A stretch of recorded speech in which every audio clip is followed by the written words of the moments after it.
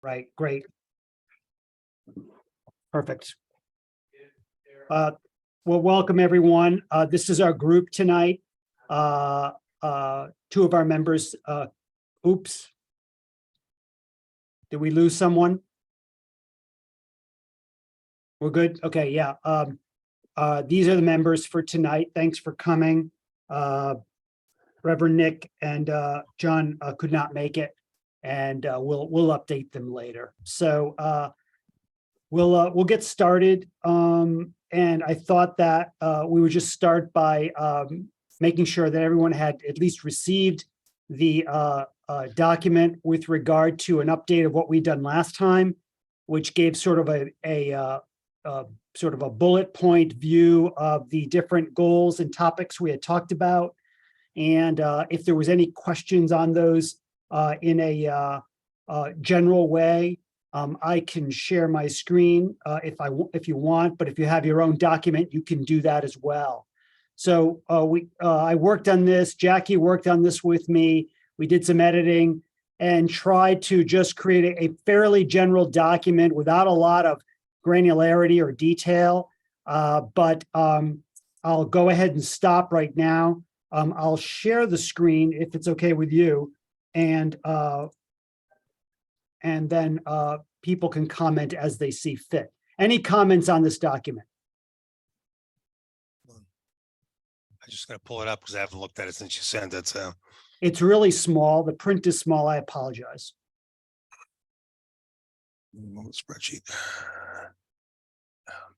Yeah.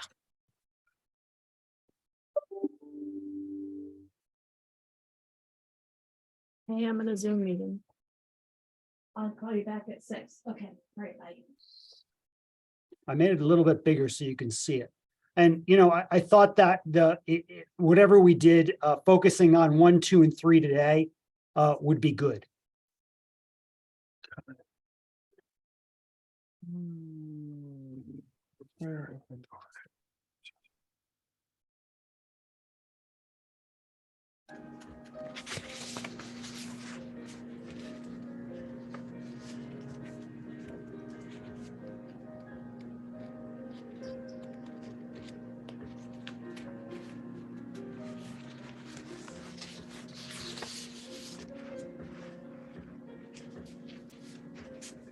So with regard to action 1, which talks about EV vehicle promotion and encouragement and adoption for Needham residents, we gave a little description of the benefits of doing that, how to do it, described it as an outreach promotion program, and then figured the time frame, you know, would start right away, but would spread out over time. And, you know, 1 to 5 years, it'll be beyond that. It'll be 10 years or more. We considered it a fairly high impact project because of the benefit of switching from ICE vehicles to EV, and that we thought, theoretically speaking, that a lot of the expense associated with this would be around education programs and whatever efforts we made on either websites or other efforts to create community outreach to promote EVs, utilizing tools that are already available to us, but then creating and adapting our own tools. And then we could do this in a way where we actually could measure the number of EVs purchased by a certain period, try to develop what's called an EV pledge through Mass Drive, and then create a goal for the number of electric vehicles owned by Needham residents by 2030. Obviously, there are limits to this in terms of expense, cost, availability of vehicles in the short term, and then the development of infrastructure for charging, which would make this feasible and attractive to people. Any questions about action 1? Additions, edits, anything? Type of expense. Is this assuming this is the town's spending on this? Well, you know, Michael, the question really is whatever specific ideas, like you sort of intimated in your email today, expenses that the town makes to promote this goal, whatever we do, that could cost money. If we developed a certain idea, let's say we wanted to throw a event in the town square where we had an EV meet and greet or something like that, like how would we do that and who'd pay for it? If those are the things we were going to do. If you wanted an email, if you wanted a website that was managed and taken care of to be updated as it would need to be, how would that be done and who'd pay for it? So those are the kinds of expenses I sort of have in mind. You know, when you say town dash, or is this column really for what the town may have to spend? Because clearly there's a lot that Yeah. could be spent. I'm Yeah. just trying to make sure I understand what the categories. It's not what other groups or organizations might have to spend to work on this. It's what Correct. the town would spend. Just for us, you know, Us, like well, when you say us, I mean the the town. town government. the town government. Yes, the town Us government. include people who are going to be doing this work, right? Right. Like, so for example, like the Chevy guy I know wants to do an event in Needham. Okay. He told me that. And, you know, that'll incur some expense on their part, but that wouldn't be anything that we would incur. So, you know, there would be actors and participants, but I was thinking more along the expenses that might be incurred by the town to promote these types of educational parks. No, that's fine. I just want to make sure that's what Sure. that's seems appropriate. And you didn't include Green Needham in the key partners, but I assume you meant to do that. I really should have, and I will. How could I forget? Okay, No, well, I really don't. okay, So, good. I- Yeah, yes, JP, I have a number of questions and thoughts. In no are we still on number one? Yes. Yeah, go ahead. Yeah. Taking a deeper dive on number one. Maybe the first one is the goal of 30% by 2030. Does anyone know at what percentage we are right now? So that we can kind of like put into context whether this 30% is aggressive or too easy or what have you. So what is the percentage we are at right now? And so It's low. for 8 years from now, we want to be at 30%. So it's very low right now. I think someone said there were 500 electric vehicles in Needham. At least. There's probably that, as you know, probably not more than that. It's probably in the single digit percentage wise, 2 or 3%. I mean, there just aren't that many. The number 30% is what most towns around the country are quoting as to what their goals or aspirations might be. And I use the word aspiration. So everyone talks about 30%. I don't know where that number came from, but I think people thought that if there was significant availability of EV, that by 2030, up to a third of people should be able to purchase an EV if that's the vehicle, if they need to get another vehicle. Is that realistic or not? I don't really know. Yeah. So There's a if couple- As I say, there's a couple of things. One is I think that the 2 to 3, several percent is probably right. We might want to include in our recommendation or a point that we can ascertain this number with some certainty by getting the information about basically all the vehicles in Needham that pay the yearly tax. That number is available, and that would be how you would track it. I think I don't know where the 30% itself comes from, but if you think about the average lifetime of a car and how many cars there are, I think you can probably work to like a 30% thinking, you know, how do you get to the point where there is a 5% tipping point, which people talk about for this industry, that people move a lot faster. But just looking at, you know, how many cars people have and how often they do them, you can probably come up with a number like that says if you really got it going, that's where you'd be. But it's something I would recommend if I were, well, I sort of am, but if we're doing this, as I do another little sort of back of the envelope heuristic to try, maybe more than back of the envelope, to try to see is that really 25? Is that 30 is good, or should it be 25 or 35? Don't know. That's where I'm going. Yeah. I'd like to be at least at this level as this working group. You know, anyone else after this working group might slow us down, but in this working group, I'd like to be somewhat ambitious and not just average like everyone else does it. And so I'm just maybe a little bit along the lines of Michael, what you just said. If we assume we have no EVs yet, or a very small amount, and an average car is out there for like 10 years, I'm just taking round numbers, right? So 10% of each car, of all the cars turns over every year. If we manage somehow over the next 8 years to have a 50% success ratio of turning, you know, those purchases into EVs, then it will be like 5% a year, 8 times 5%. Right. You can get to 40%. You can challenge all my numbers, but No, that's right, right. kind of like the model, right? And you can adjust the numbers. Maybe it's not 5%, maybe it's 4%, what have you. But that's the way I think what you're Yeah. saying, we should ascertain Exactly. how ambitious is this, and how can we track it? Because then we can also track, are we not meeting it, or are we overachieving it because the turnover is quicker than expected, or maybe because we have a more success rate of converting purchases into EVs, etc. So, and again, I think with the idea of using this model to substantiate a maybe a little bit more ambitious goal than what everyone else is doing. So, Paul, if you could capture these, this might not all find its way into what we send forward to what they do, but as I'm thinking about actually doing this stuff, this is the kind of information I want to capture, because I know I and others are going to be part of it. So it would be great to just capture these so I don't have to make the notes, because this is stuff we should be thinking about now, even though it doesn't all have to find its way into what goes forward for the plan. It would be good to have this. Yeah, I'm writing everything down you guys are saying, so it's not a problem. Well, someone will ask us, how did we come up with 30%? Right. Or how did we come up I with think you just did it. 40%? You just did it. If you I just assume did that, it, huh? first couple of years, you don't have very many available. And by the way, people who have only one car, which of their cars goes, I think that's probably 25 to 30 is probably a good number. Or at least we can. There are some towns around the country, like in Palo Alto and a few other towns, where EV purchases are higher. And so that, believe it or not, there are some towns where EV ownership is already up to 20%. So I think that there's a range, and a level of enthusiasm and embracement of this approach. And so, but I think that, like just right off the top of my head, 50% sounds too much.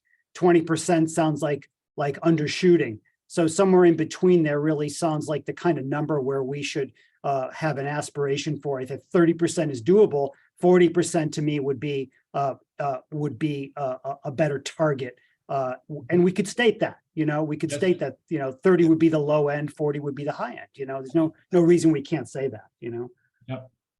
Yep, I agree. Just as a side comment, Yep. it would be funny and interesting if somehow around Massachusetts we will create kind of like a town challenge and see, who is in the horse race chart, who is moving along the fastest, because that, you create momentum with things like that. Yep.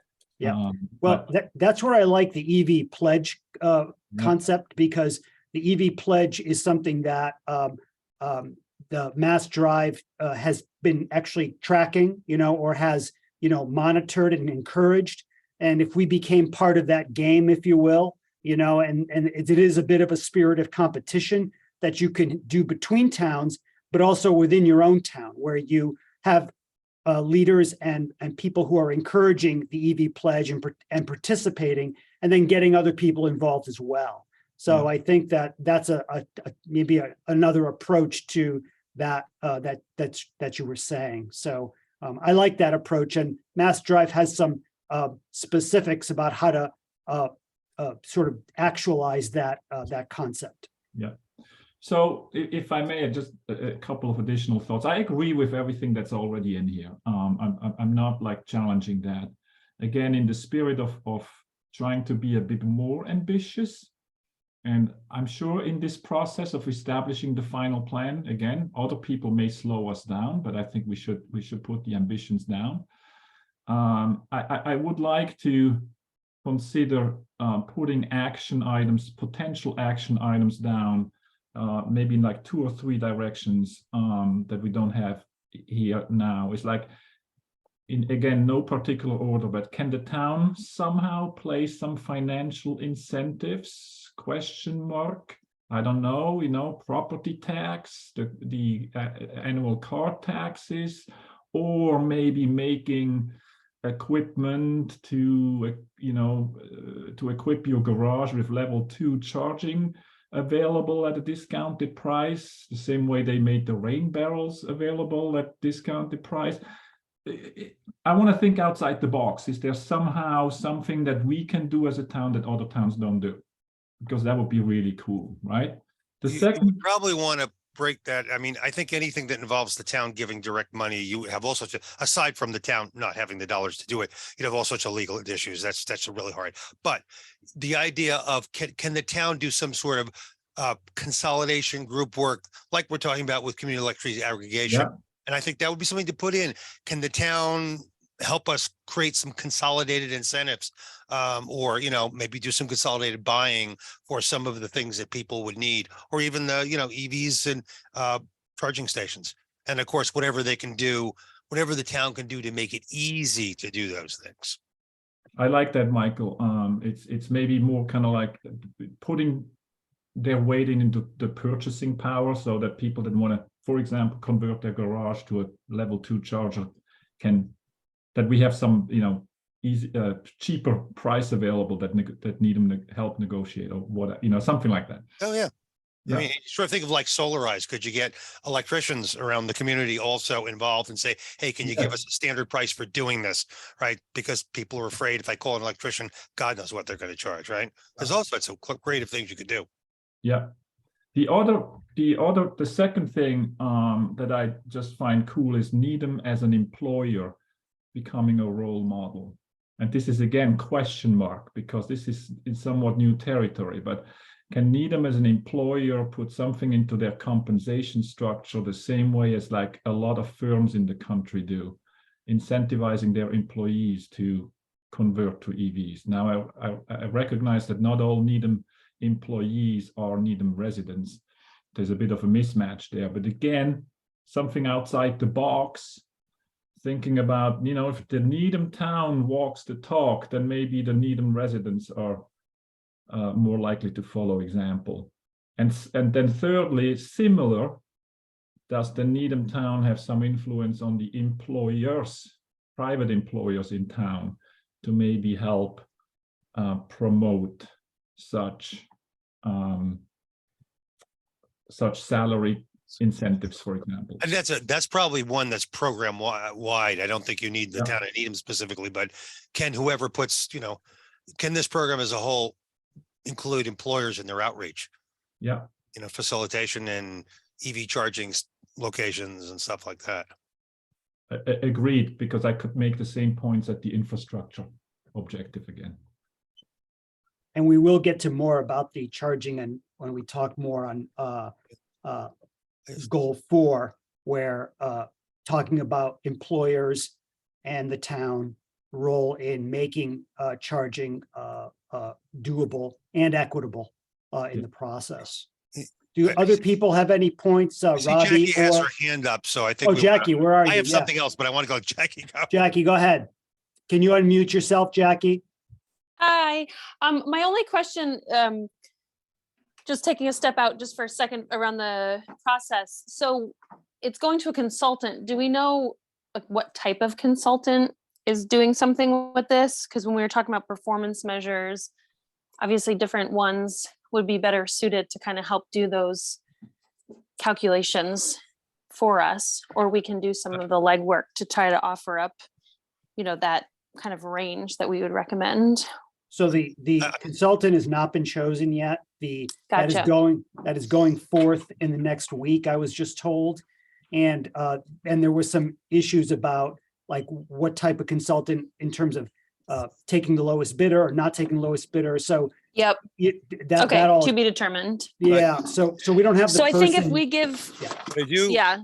The thing to be cautious about is the consultant's role is prescribed to help us put together the plan. And that includes helping us get data and stuff. But you shouldn't look at these as, oh, this is a consultant who's got expertise in building EV plans, right? That's not what it is. It's a consultant who has an expertise in pulling together climate action plans. So they'll have information, they'll have access to things, and other communities have done stuff, but they're not going to be specific to any, not just ours in transportation, but to any of them necessarily.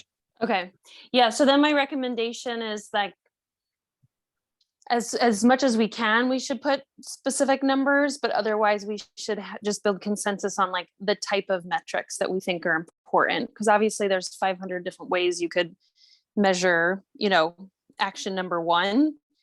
And so I would just, the fact that there's kind of 1 and 2 number of EV purchase by 23 and EV pledge participation, it'd just be great to spend another few minutes brainstorming, are there other measures we want to consider? And then again, prioritize and be able to make a note that like, hey, we prioritize these 10 different types of performance measures, but we feel like these 1 or 2 capture, what we'd love to achieve. Do you really need a whole bunch when what you're really trying to do is number one? That is the measure. Well, so then the question is, do you delete number 2? Well, So I think that having looked over a variety of performance indicators from not only Massachusetts site, but other sites, the number 1 is by far the sort of basic calculation performance Sure. indicator.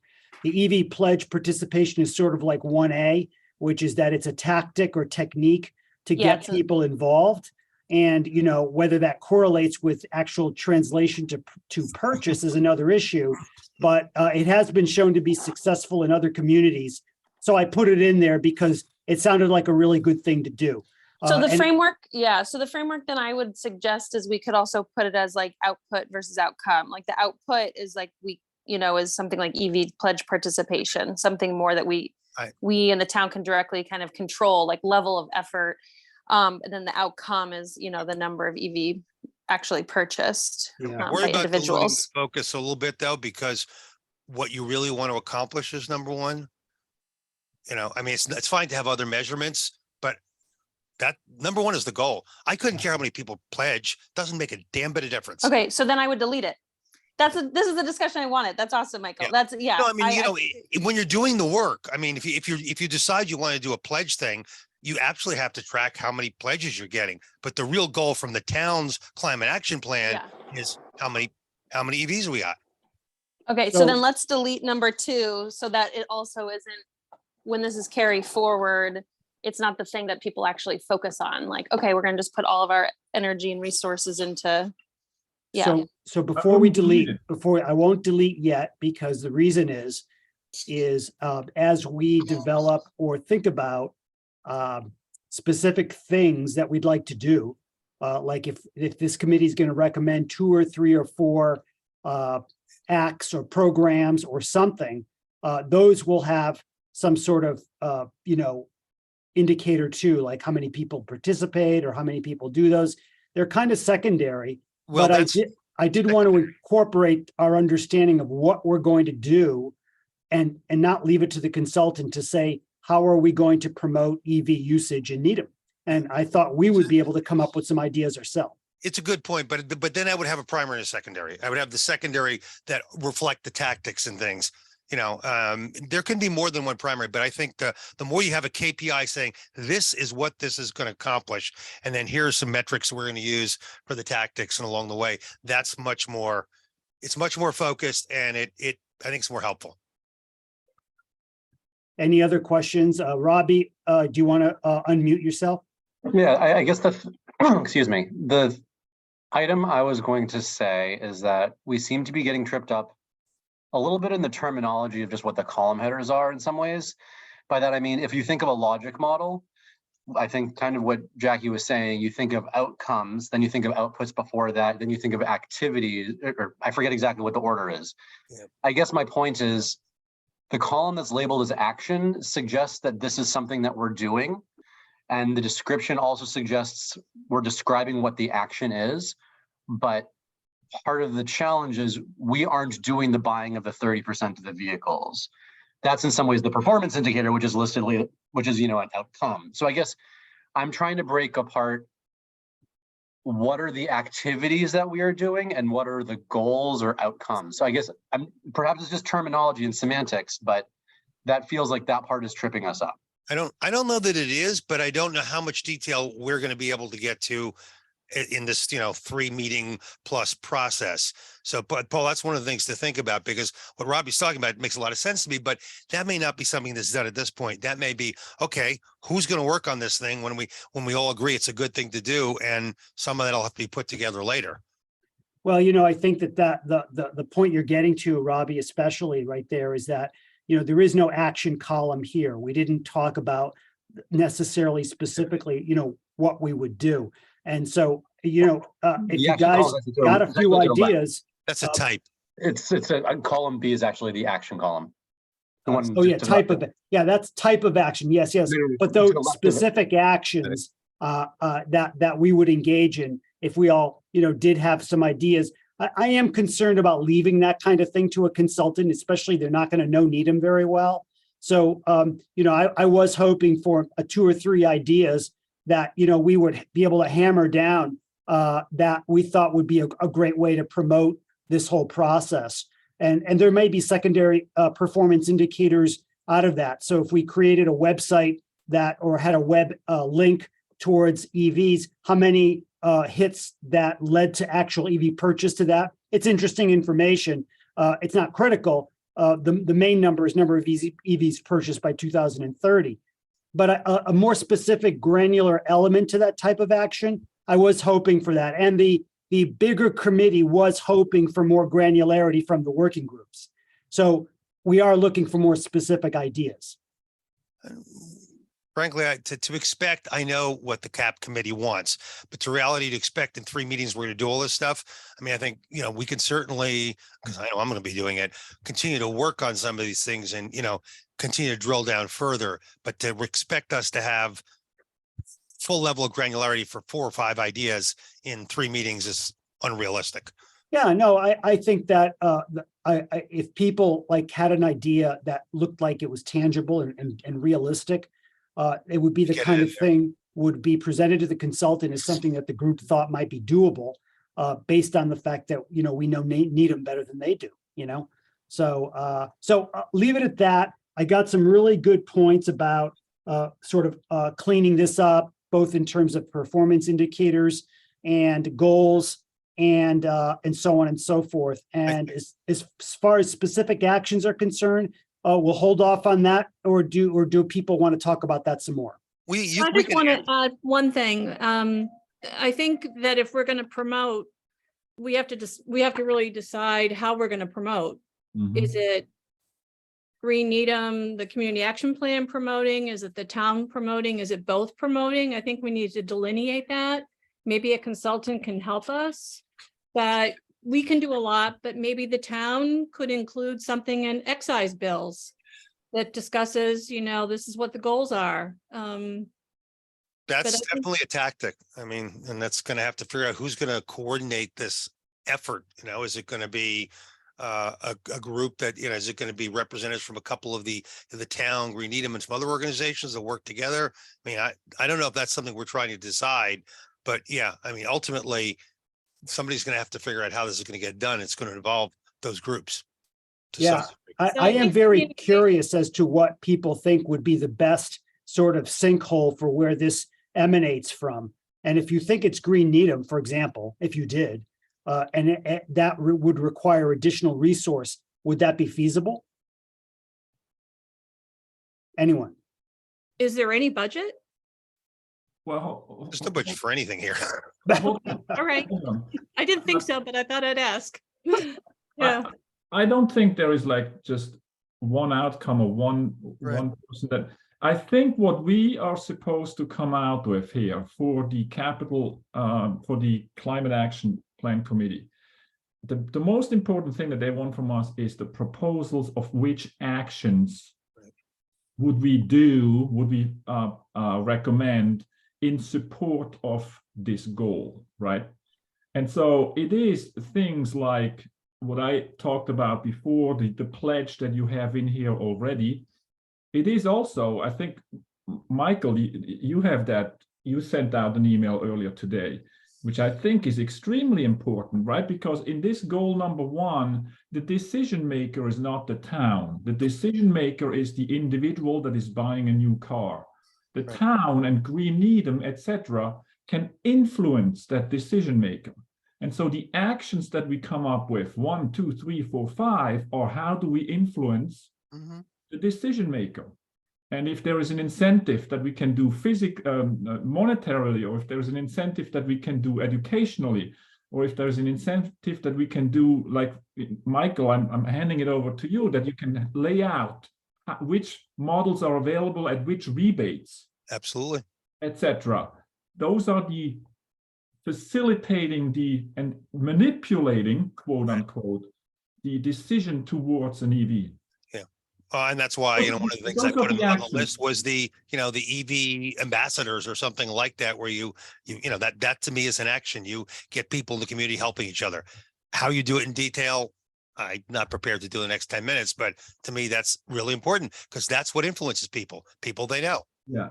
And I think those that, 5 things is what we have to come up, you know, I'm saying Yeah. 5, but those type of 5 things is what they're looking for from us. Yeah.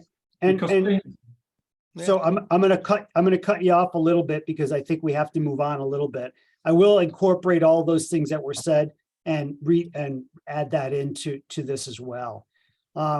And I think that Green Needham, I think the town, I think EV ambassadors are all important elements to move this process forward for the residents of this town.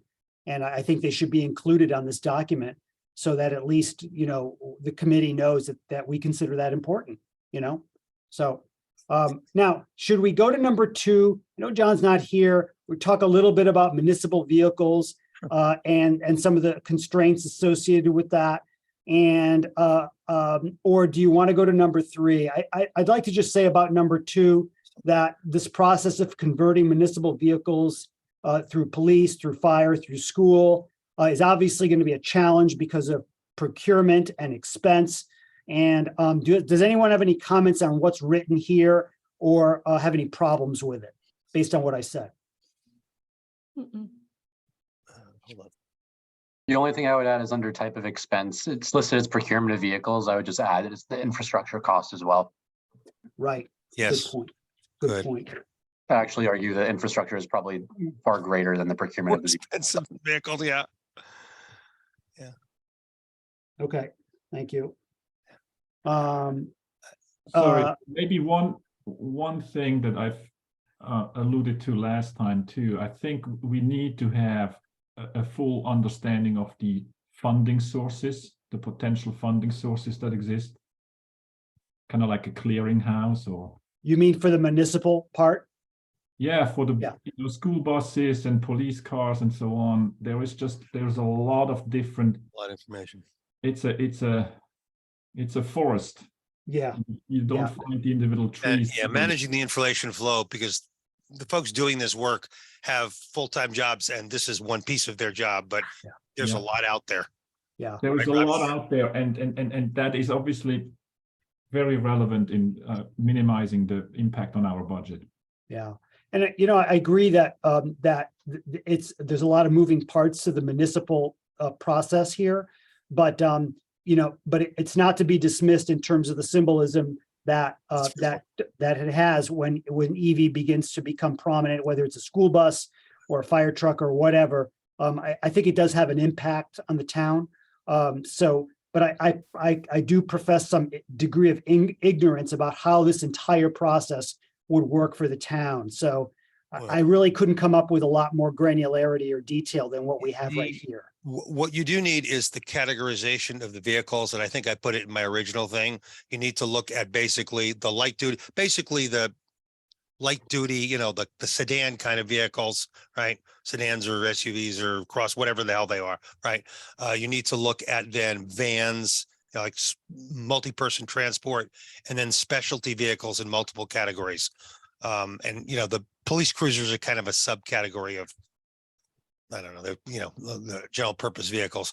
But then you get into obviously passenger vans for things like the schools, and others you get into school buses, and then you get into heavy duty vehicles, fire trucks, DPW vehicles. Those are you know, that's a whole nother category, which will be further out because of availability. But you just need to note that you know, this isn't just about how many ICE did you convert, but between now and 2030, you should be able to convert a lot of the light duty vehicles and maybe a lot of the number of the buses, right?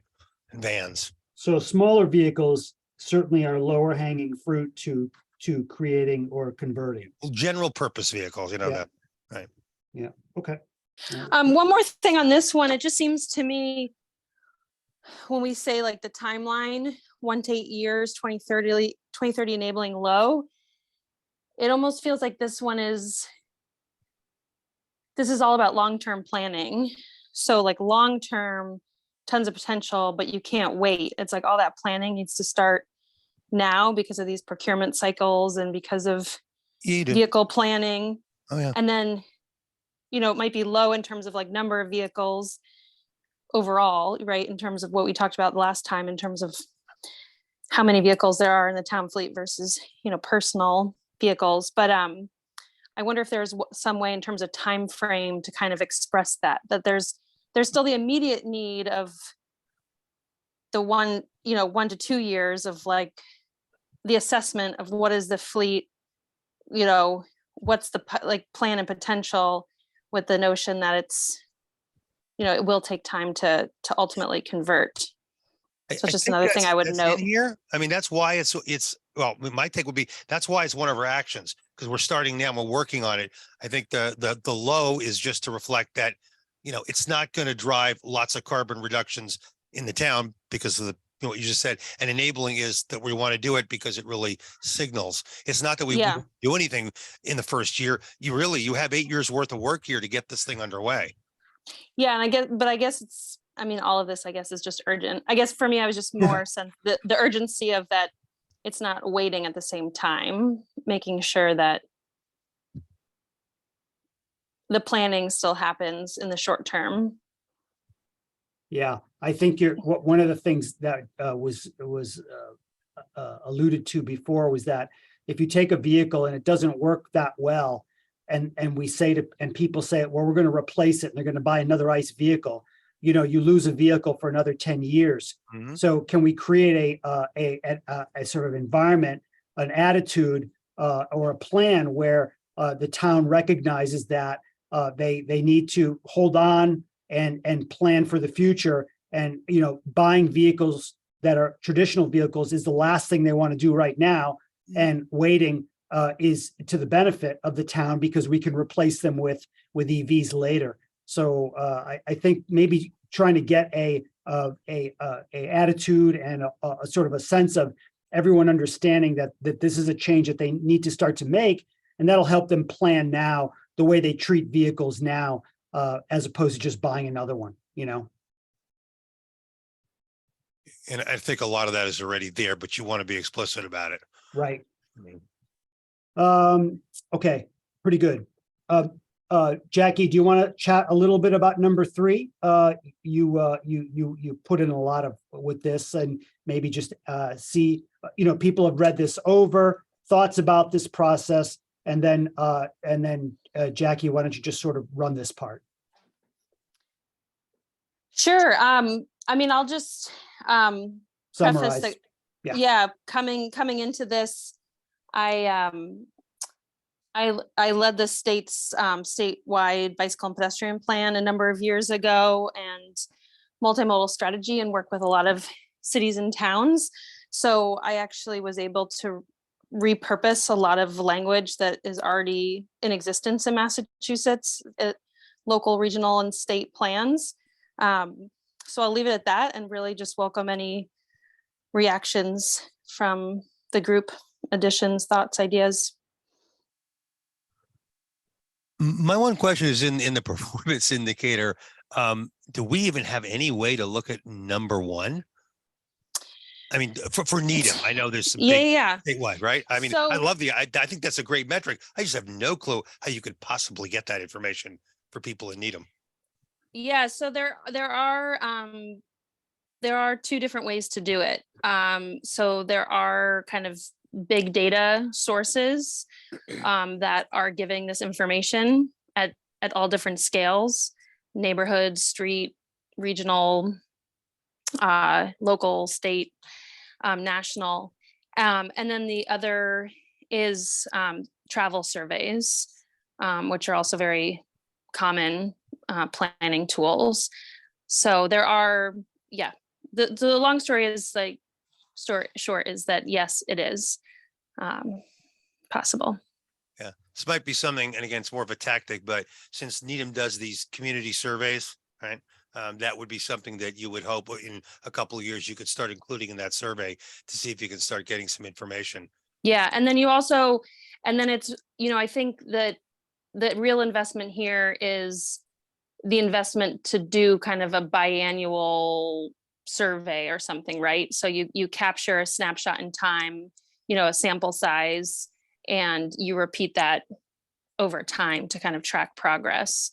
And then, like I said, there are, with everything, with all of our locations movements being tracked, there are other kind of big data sources. And I'm not saying that we should immediately suggest that the town purchases, procures those tools, but they do exist. And I think what's more important is that that's the outcome, is increasing the percentage of short trips made by biking and walking. And then the output would be, number of people engaged, or, in programming, or, bike facilities created. Yeah. Yeah, I like those. I like this. Is there also something in there to think about when you talk about the enabling infrastructure?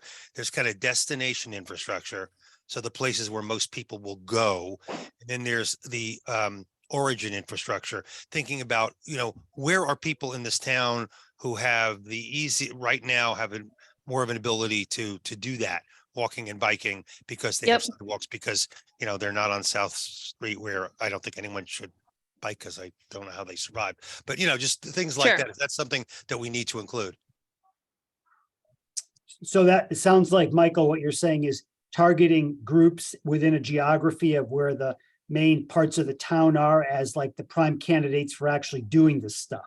Yeah, and understanding where it's harder based on where people live, but also the focus on the infrastructure on where people go, right? Because you want people at the stores, at the library, at the schools, right? Those things. So, if that infrastructure isn't good, it doesn't matter, because they can't get to where they want to go.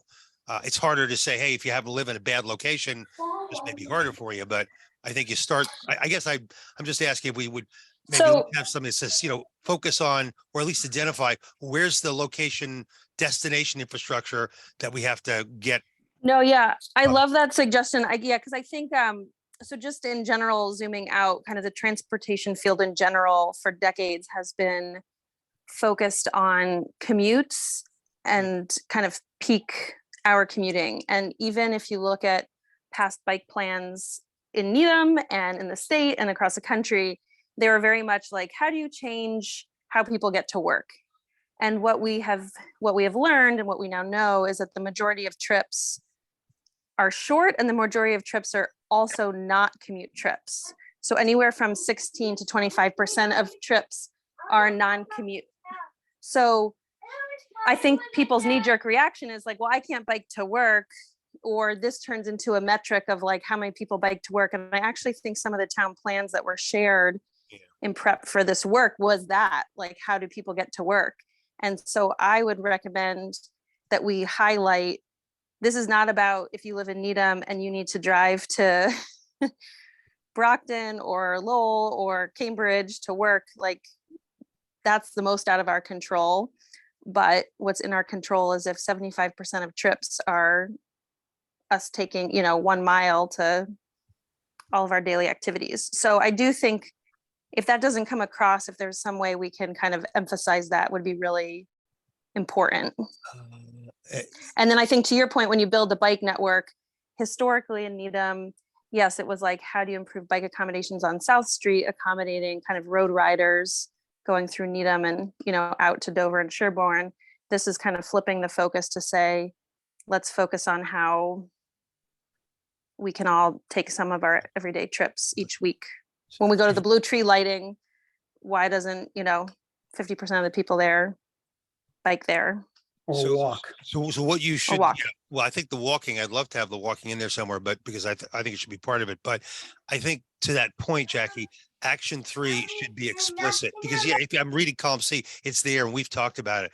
But I think people look at the actions as they just get their impression of this thing. So I think explicitly stating there somehow that network complementary, blah, blah, to facilitate local, the local trips, or however you want to use those words. I think it's a good idea to put it right in the action, so that That's people great. don't get that impression that we're talking about how you get to work. And then the best practice too with bike network planning is you do some of those surveys to say, what are the most common destinations in town, and then you build around that too. So, And I think another thing that a lot of people express is safety. And the way people drive in Needham is horrific, and it's gotten worse. And I think that combining infrastructure with bike programs, with safety driving programs, I think they all need to go hand in hand. Jackie, are there any programs out there that you've seen where car safety and driving has been sort of brought into the mix about when you add bikes on, like how do you tell the drivers that they need to behave themselves without necessarily just relying on barriers or things like that? yeah. I mean, the number one thing is the self-enforcing streets.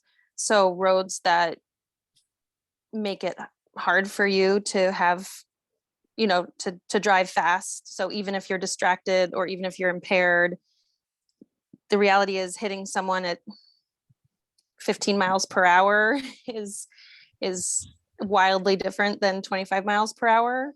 And it's that much of a difference. It's not just, the difference between,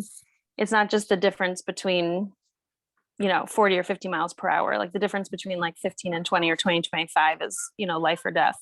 So that's one over and over and over is streets that are self-enforcing of, and then the second thing would be to have the robust bike programming, because the more people who bike themselves and walk are more aware of kind of playing every role. And there's some really beautiful examples of things like traffic gardens and other things that kind of educate people, kind of build awareness in a fun way about kind of being all of those perspectives.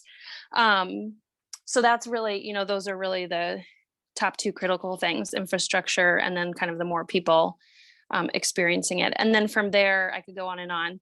I'm working on the state strategic roadway safety plan right now. So I'm happy to spend more time diving into a whole slew of things that need to happen around safety. And I Well, could share that plan with you all in the next few weeks too. Well, I think that the consultants are gonna, we can help the consultants a lot by us locally knowing how to create an infrastructure that is safe. And that's not something they're gonna be able to do. So I guess if there was one thing in a way out of this part of it is, do we end up having a bike committee or a bike working group that moves forward that helps to create for the town what it is you're talking about, and I think that that's what's going to be needed to be done, because it needs to be done locally and it needs to be done with Needham in mind. Yep. Consultant's not going to be able to do that, so. I know, maybe you guys all saw this too, but I don't know when exactly it took place, but there was this guy that spoke, I think at the library, but it's also on Needham Channel. If I remember correctly, his name might be Jeff Speck or something like that. Jeff Speck. Yep. Yeah, and he did a presentation where he included some bad examples of things that we have in Needham with regards to safety and attractiveness to biking and walking. And maybe it's worthwhile looking back at what he presented and using some of his examples. I mean, like Great Plain in the middle of town becoming 4 lanes, when a little further out of town it's 2 lanes, or things like that. I remember from his presentation might be good examples to somehow at least reference. We don't need to list them here, but maybe we can reference back to that material. Who was that guy again, JP? Jeff Speck. Okay. He had a number of things where he basically made reference that the way we are planning things in Needham is still kind of like old generation, and there is new thinking, best practices around with regards to safety and making it walkable and attractive for pedestrians and bikers that we have not yet kind of like embedded into our planning processes. Yeah. And the one thing that I would also want to just stress is that, when places are made, safe and comfortable and attractive options for, biking and walking, it inherently, research after research shows that it supports local businesses. It makes it better for people driving. It has a catalyst effect too. So this isn't, this is really also meant to, that's one piece. And the second piece is really meant to capture the potential demand for biking. Historically, it's been focused on, well, let's do bike counts and see how many people bike and plan for that. But if people don't feel safe, it's like, of course, people are not biking. Right. It's our job as owners and maintainers and operators of the roadway system to make it safe and comfortable option. Not saying you have to, but an option. The reality is we are very fortunate to have you, Jackie, here in this town because this is your day job in a lot of ways. Yeah, And you're an It is my incredible day job. resource. yeah. Yeah, it is. Jackie is number 3, period. So, well, if people continue to have thoughts about this, and then Jackie, obviously keep fine tuning this and the idea of creating a more specific or detailed project, I'm not sure that's what the committee wants, but I think that in your mind, you probably already have an idea of how something could be created within the town that would begin to move this process forward. And if you feel or can articulate that, that could be attached as another column or something more specific, which obviously could only help move this forward. Yeah, and I guess my question to this group, I mean, are there any other reactions or hesitations? I mean, what are things that this needs to directly acknowledge to make it palatable and to make it exciting and interesting to more people? So I one do work thing- on this every day, but what about everyone else? The one thought I have is my major concern is safety, and I Yeah. live near Webster Street, and it's like the Indy 500 sometimes.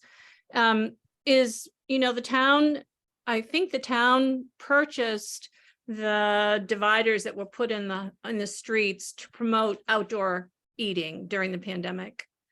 And whether the town, I don't think we need those kind of barriers, but would they be willing to do something with bike lanes where there would be some, barrier, whether they're just, individual rods with red lights or something? That kind of thing would really appeal to me because I would feel a lot safer riding my bike. I would love to ride my bike, but I see too many near misses in Needham to really feel comfortable. Hmm. So Jackie, also the safety same would things. be I think huge. getting safety in there and having that be part of it would be important. yeah, I think so. Amen. I totally agree with this. I very wholeheartedly agree with, pushing this forward. And I do believe in kind of like momentum and psychology in a town and in people too. And so if we kind of like manage to create a prime example where people start to show up by bike, it builds from there. And I'll just give you my example. I'm not saying that's the example, but if, for example, Chapel Street right next to Town Hall was closed down, and you'd have to figure out how you redirect the traffic, right? But you can figure that out. And you have this big pedestrian area between Town Hall and that other side of restaurants. And the restaurants have patios out there where they sit out in the summer. And people show up for the 4th of July and Memorial Day parade and blue tree lighting with the bikes, and they can walk around. You have this big square. I mean, what a type of psychology and momentum that you create where people come there and say, hey, everyone else goes by bike. We might as well go by bike too, right? You need kind of like a flagship project, and then it grows from there. That idea has actually come up long before this. Yeah. For climate action plan. So it's a really interesting one. Mhm. Yeah, it's a great idea. It is. I mean, and I say it was, I don't know, I wouldn't say it was seriously considered at the point, but it has been raised as something from a quality of life, downtown, business, etc. Yeah, some towns in Europe, for example, I remember being in Perugia, and the center of Perugia is closed off. All the cars park in the periphery, and the entire inside of the town is completely a walkable town. They make amendments at times, obviously for vehicles, public works vehicles and ambulances, but it is a fascinating experience, and it's really amazing. I don't know how that could be done, like on a specific day or time or a location, but it could change the character of the inside of the town, even if for a short period of time. We're at 6 o'clock. It's been a good discussion, and I've made some additions to our sheet here. And I just hope that at our next meeting, we can complete the other actions and then maybe sort of wrap up any other thoughts or specific. We can go back to what we talked about before, but then finish up actions 4 and 5 as well. Does that make sense? Any questions? Last thoughts? This is exciting.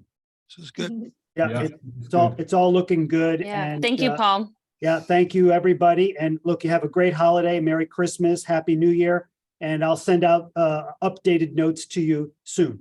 Great. Thanks again. Yeah, Thank and you. Paul, something to think about before we get together for the last time would be thinking about which ones of who in this group, just like we identified people for these subcommittees, Yeah, think about people in the group and others so that we might also submit to them saying, hey, if you go forward with action 1, here's some of the folks or organizations that we would bring together to flesh it out, right? Yeah.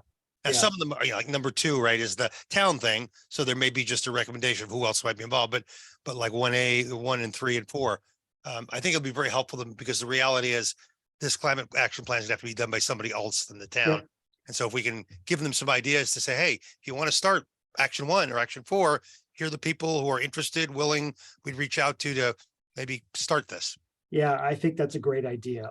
Let's incorporate that into this as well. And people can begin to think about both the people and the organizations that could work with each one of these actions. Great idea. Great.